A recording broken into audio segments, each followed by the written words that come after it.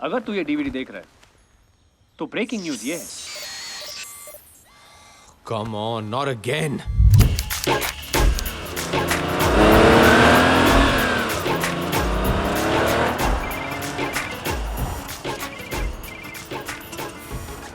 Hello Naina, तुमने मेरा computer फिर से हैक किया। अब क्या करे चार्ली, यही तो एक तरीका है तुमसे फोन करवाने का। नैना बी सीरियस, मुझे एक बहुत ही इंपॉर्टेंट डीवीडी देखनी है। तुम पॉर्न तो नहीं देख रहे? मुझे नहीं पता था कि तुम जैसे पढ़े लिखे चार्टर्ड अकाउंटेंट टाइप्स भी पॉर्न देखते हैं। मैं पॉर्न नहीं देख रहा हूँ। Whatever.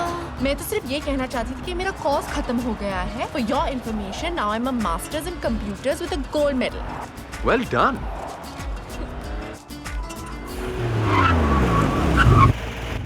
Hey, wow. How you doing, Hottie? Come on, jump in my car. We'll go for a drive. Hello. Hang out, we'll do some stuff. Hello Nैना, are you there?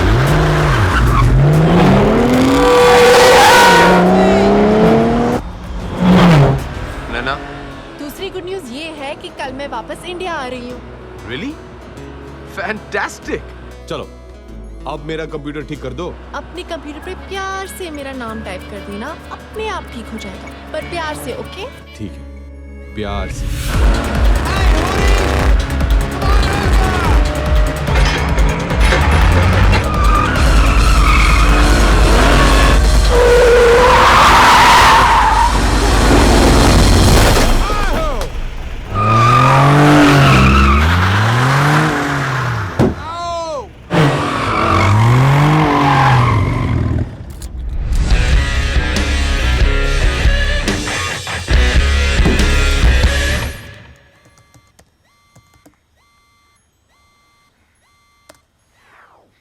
अगर तू ये डीवीडी देख रहा है तो ब्रेकिंग न्यूज ये है कि रशियन माफिया ने मेरा गेम बजा दिया है और आज मैं तुझे एक कहानी सुनाने जा रहा हूं।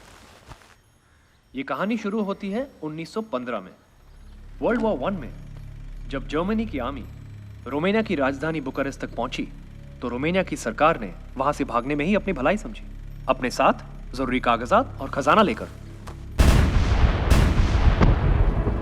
रशिया के जार ने एक अच्छे पड़ोसी होने का सबूत देते हुए वो खजाना अपने पास रखना कबूल किया, जंग खत्म होने तक। तो इस तरह 15 अक्टूबर 1916 को टन्स ऑफ गोल्ड ट्रेन के जरिए रोमानिया से रशिया लाया गया। पर जंग खत्म होने तक रशिया की सरकार पलट गई। नई कम्युनिस्ट सरकार ने रोमानिया से कहा, आप कौन हो भाई, किस सोने की बात कर रहे हो? और पिछले 95 सालों से वो सोना रशियन जार के विंटर पैलेस में बंद पड़ा है। पर कहानी में ट्विस्ट इस साल आया। रशिया ने फाइनली माना कि जो हुआ बिल्कुल गलत हुआ और इस 15 अक्टूबर को वो सोना वापस रोमानिया पहुंचा रहा है, ठीक उसी तरह ट्रेन से जैसे कि आया था। प्योर रोमानियन गोल्ड, जिसकी कीमत आज 10,000 करोड़ से भी ज्यादा है। सोने के बिना अगर रोमानिया 95 सालों तक रह लिया तो आगे भी रह लेगा, और रशिया का तो ये कभी था ही नहीं। अब जिसका कोई नहीं उसका या तो खुदा होता है या तो हम जैसे शरीफ आदमी, है ना? जाते जाते बस एक और टिप देना चाहता हूं तुझे चार्ली, वो गलती मत करना जो मैंने की। ये काम किसी एक आदमी के बस का नहीं है। You'll need a team, Charlie, a team of the world's best players।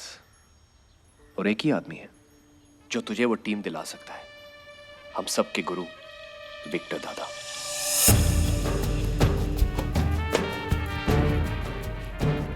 Victor sir, यही उस घर की तिजोरी है जहां पर चोरी हुई। 3 हफ्ते हो गए हैं पर हम अभी चोर को नहीं पकड़ पाए। अगर एक शातिर चोर को पकड़ना है तो पहले उसे समझो। एक पुलिस वाले की तरह नहीं, एक चोर की तरह सोचो। चोरों के 3 रूल्स होते हैं जो उन्हें पुलिस वालों से अलग करते हैं। रूल नंबर 1, चोर एक तरह का आर्टिस्ट होता है और कोई भी आर्टिस्ट अपने हुनर से गद्दारी नहीं करता।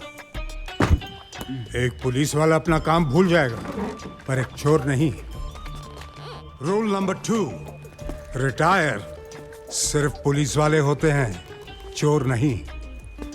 Once a thief always a thief.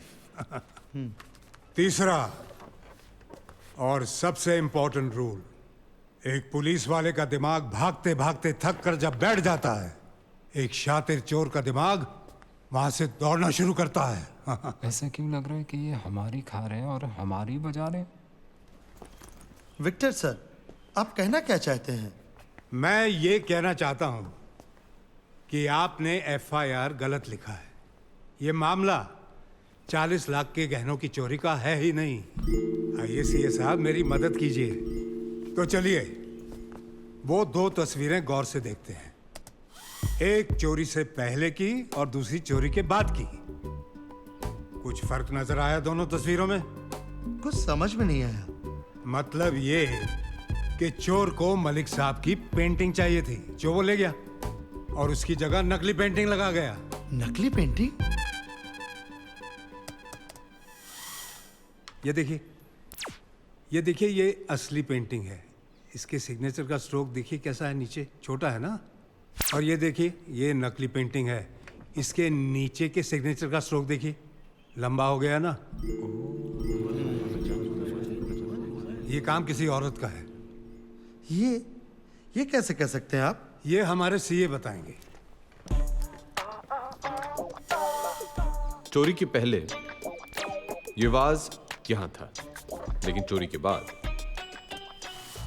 ये अपने आप यहां से यहां आ गया। ये एस्थेटिक्स किसी आदमी के नहीं हो सकते। अब तो समझ गए ना? Yes sir. चोरनी अगर पकड़ी गई तो मिठाई जरूर खिलवा देना। जरूर सर, जरूर।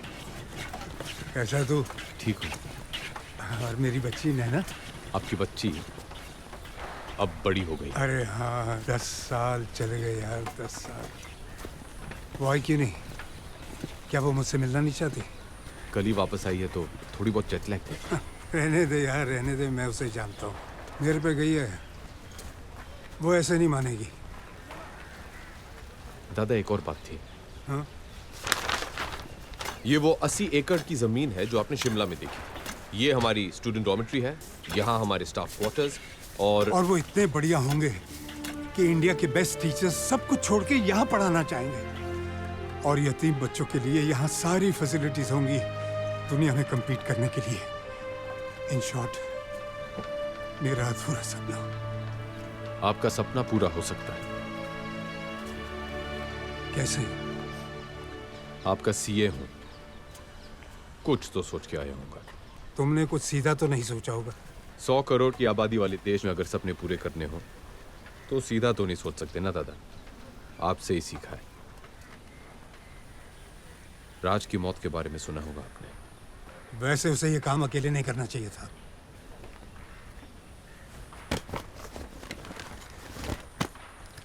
इसमें वो लीड है जो हमें राज से मिली है और इसमें वो प्लान जो मैंने सोचा है। लेकिन आपका साथ चाहिए दादा, और कुछ प्लेयर्स भी जो सिर्फ आप दिला सकते हैं।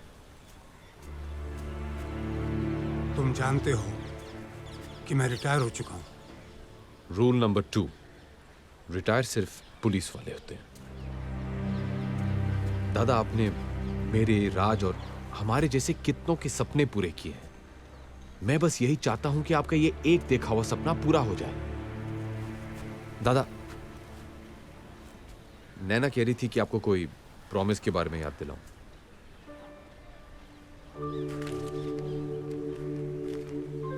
ये नैना को देना और कहना कि जेल में उसके पापा ने टोकरियां बना के कमाए हैं।